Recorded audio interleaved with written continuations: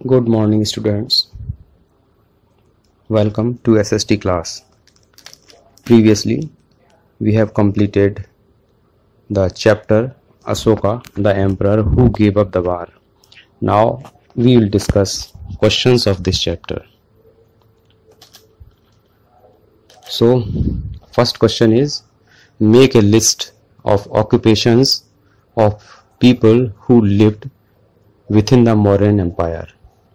Mauryan empire में जो लोग रहते थे उनके ऑक्यूपेशंस क्या क्या थे. So there are many occupations like farming, लोग खेती करते थे. हैंडीक्राफ्ट, लोग हैंडीक्राफ्ट का काम करते थे. ट्रेडिंग, व्यापार करते थे. हर्डिंग, जानवरों को पालते थे. हंटिंग एंड गैदरिंग, शिकार करते थे.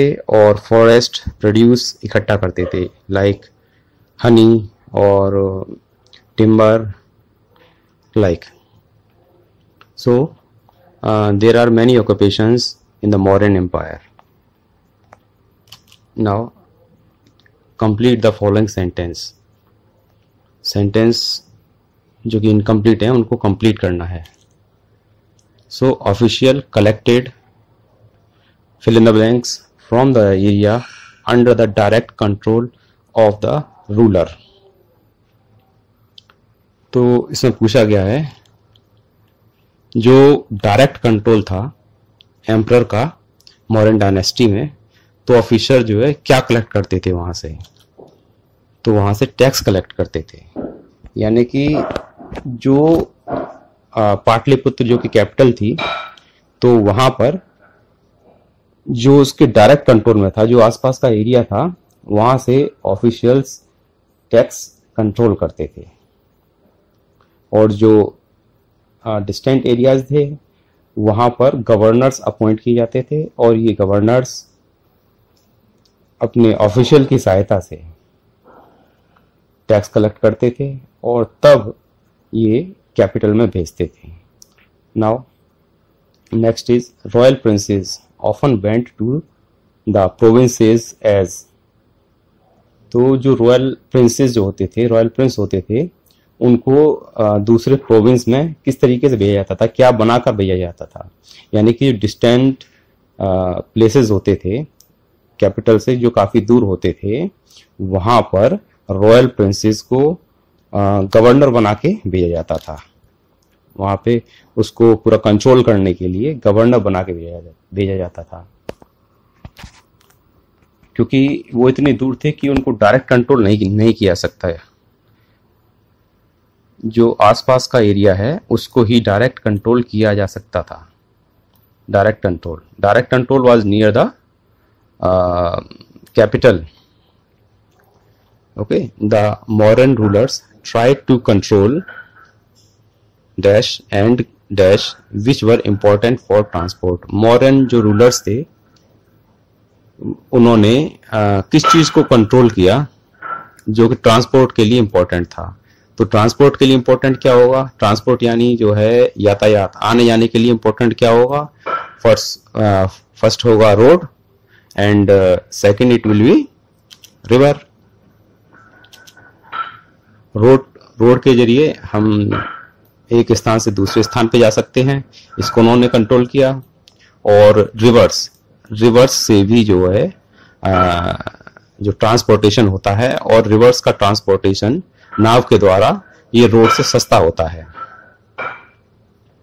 People in forested regions provided the modern officials with. इसमें पूछना चाह रहे हैं कि जो फॉरेस्टेड रीजन के पीपल थे, फॉरेस्टेड रीजन मीन्स जो जंगलों में जो लोग रहते थे, उनके लिए पूछा जा रहा है वे मॉडर्न ऑफिशियल को क्या देते थे. अब जाहिर बात है जो जंगली इंसान हैं तो उनके पास जो जंगल के जो प्रोडक्ट हैं लाइक हनी, एनिमल्स, लकड़ी यानी टिम्बर, यही होगा. और यही वो जो है टैक्स के रूप में या ट्रिब्यूट के रूप में मॉडर्न ऑफिशियल्स को देते थे.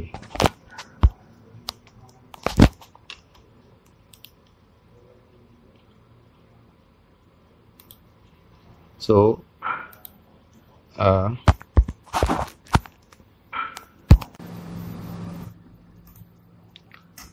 now come to the next question, that is true or false. Question number 3, state whether true or false.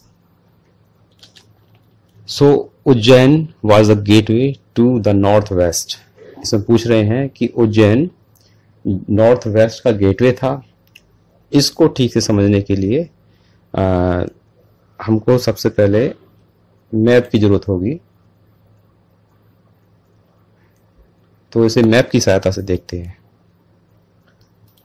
So where is Ujjain? Here, this is Ujjain, okay, and here this is Pataliputra. This is the capital of Mughal dynasty, Mauryan dynasty. So Ujjain is the gateway of north and south. इसके इधर ये north है and here this is south. So the answer of this question is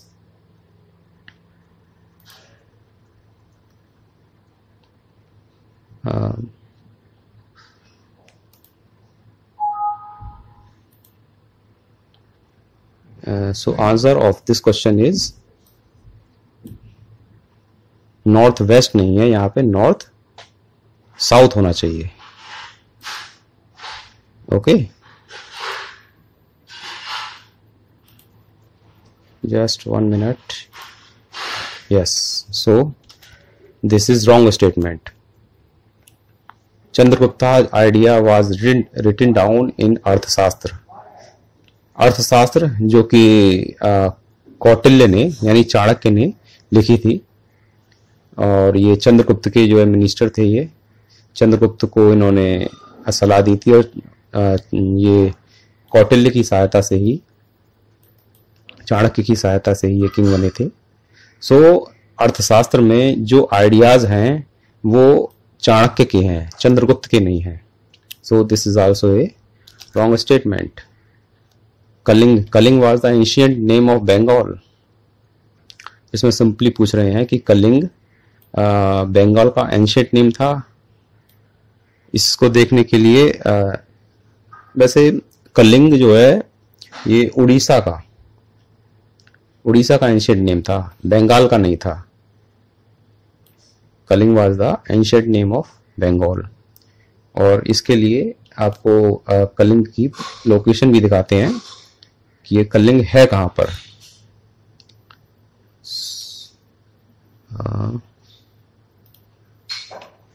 in the map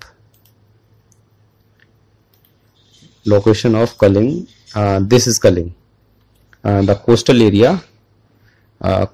of Odisha was called Kaling, और इसी पर अशोक ने जो है अटैक किया था। This is the Kaling, and here this is the West Bengal. So Kaling was the ancient name of Odisha. Now, so this statement is also false. Most Ashokan inscription are in the Brahmi script. Ashok के जो mostly जो inscriptions थे, जो inscription means लेख, जब किसी stone पे या किसी हार्ड सरफेस पे कुछ लिखवा दिया जाता था पहले, तो उनको इंस्क्रिप्शन कहते थे। तो ये पूछ रहे हैं कि ये ब्राह्मी स्क्रिप्ट में थे, ब्राह्मी लिपि में थे। Yes, this statement is correct. So most Ashokan inscriptions are in the Brahmi script. Okay, let's move to the next question. What were the problems that Ashoka wanted to solve by introducing Dhamma? वे क्या problems थी जो अशोक धम्मा की help से solve करना चाहते थे?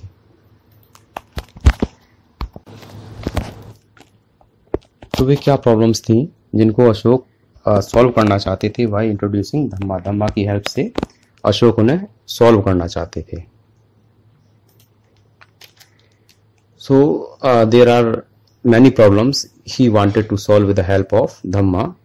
First ये था कि उनकी सोसाइटी में मतलब इंडिया उस समय काफी बड़ा था और देयर वर मैनी रिलीजन्स। सो उन रिलीजन्स के बीच में कॉन्फ्लिक्ट को रोकने के लिए कि एक दूसरे रिलीजन में मतभेद ना हो, उसको रोकने के लिए उन्होंने धम्मा को इंट्रोड्यूस करना चाहा। और second is animal sacrifice during religious ritual. उस समय क्या होता था कि जब कोई धार्मिक अनुष्ठान यानी रिलीजियस रिचुअल होता था तो उसमें बलि दी जाती थी जानवरों की। तो उस बलि को रोकने के लिए, एनिमल सेक्रीफाइस को रोकने के लिए इन्होंने धम्मा को इंट्रोड्यूस किया। क्योंकि धम्मा में ये कहा गया था, धम्मा was associated with the Buddhist religion, but it was not a religion. So इसमें जो एनिमल्स थे उनके प्रति काइंड रहने को कहा गया था। And third is ill treatment of servants and slaves. जो स्लेव्स जो होते थे, सर्वेंट्स जो होते थे, तो उनके साथ बहुत ही गलत व्यवहार किया जाता था, इल ट्रीटमेंट किया जाता था। तो उसको भी इम्प्रूव करने के लिए ये धम्मा का कॉन्सेप्ट लाया गया था, ताकि उनके साथ भी सम्मानजनक ट्रीटमेंट हो सके, व्यवहार हो सके। And fourth is constant disputes between neighbours over पेटी इश्यूज। पेटी इश्यूज कहते हैं छोटे मोटे जो इश्यूज होते हैं, छोटी छोटी बातें होती हैं, उन पर जो नेबर्स थे, जो आसपास के राज्य थे, उनमें जो है डिस्प्यूट्स होने लगते थे, मतभेद हो जाते थे। तो इसको कम करने के लिए उन्होंने धम्मा को इंट्रोड्यूस किया। Okay, so next question is, what were the means adopted by Ashok to spread the masses of Dhamma? Ashok ने धम्मा को स्प्रेड करने के लिए कौन से मीन्स अपनाए? What were the ways? तो अशोक ने धम्मा को स्प्रेड करने के लिए, उसका प्रचार करने के लिए धम्म महामात्र जो ऑफिशियल थे उनको अपॉइंट किया। These are new officials that were appointed by Ashoka, धम्म महामात्र। तो ये सिर्फ धम्मा को स्प्रेड करने का, धम्मा को प्रीच करने का ही कार्य करते थे। डिफरेंट प्लेसेस पे जाते थे ये और धम्मा के बारे में लोगों को जानकारी देते थे। These officials are धम्म महामात्र। और अशोक ने अपने जो उपदेश हैं, जो अपनी बातें हैं, वो रॉक्स पे और पिलर्स पे इंस्क्राइब करवाई, यानी खुदवाई, रॉक्स पे, पिलर्स पे। और ये जो पिलर्स हैं ये डिफरेंट प्लेसेस पे ये हमें मिले थे। वो हमने जब इसकी थ्योरी पढ़ी थी तब देखा था। ये देखिए डिफरेंट प्लेसेस पे, गिरनार, सुपारा, इस तरीके से डिफरेंट प्लेसेस पे ये हमें मिले थे। Even India and out of India, like Kandahar, Lampaka, Shahbazgarhi. So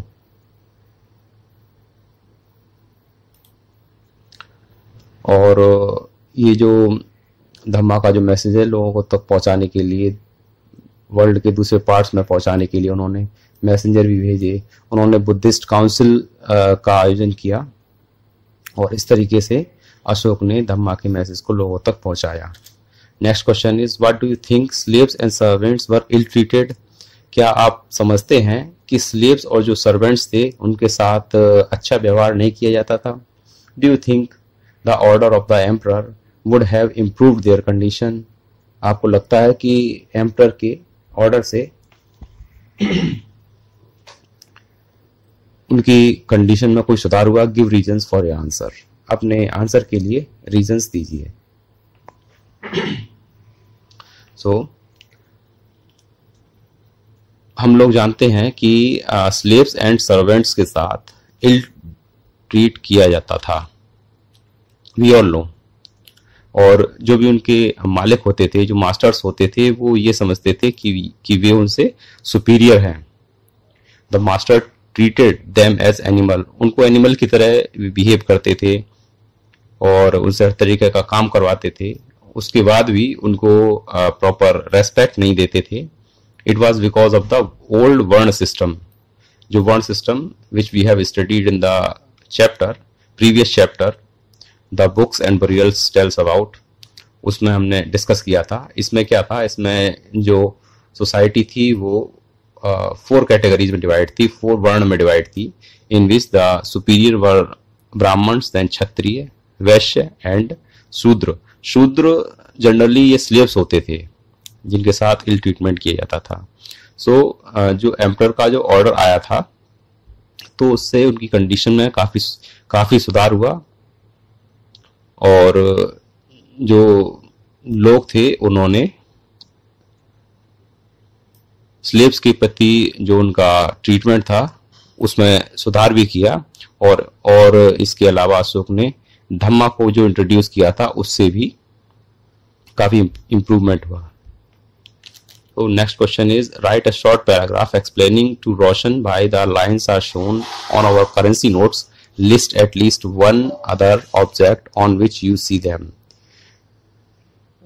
chapter की स्टार्टिंग में एक रोशन नाम का बॉय है, तो उसकी छोटी सी स्टोरी बताई गई थी कि उसने ये देखा था कि जो हमारे करेंसी नोट्स हैं उस पर जो लाइंस की फोटो होती है। तो ये पूछ रहे हैं कि लिस्ट मतलब एक और ऐसा कोई एग्जांपल दीजिए जिस पर वो लाइंस की फोटो होती है। लाइंस की फोटो किस टाइप की होती है आपको दिखाते हैं। This is a explanatory question, so the answer is little big. आपको पूरा इसको सिर्फ समझना है, इसको आपको बिल्कुल पक्की तरीके से याद नहीं करना है। Only you have to understand what the question want to से।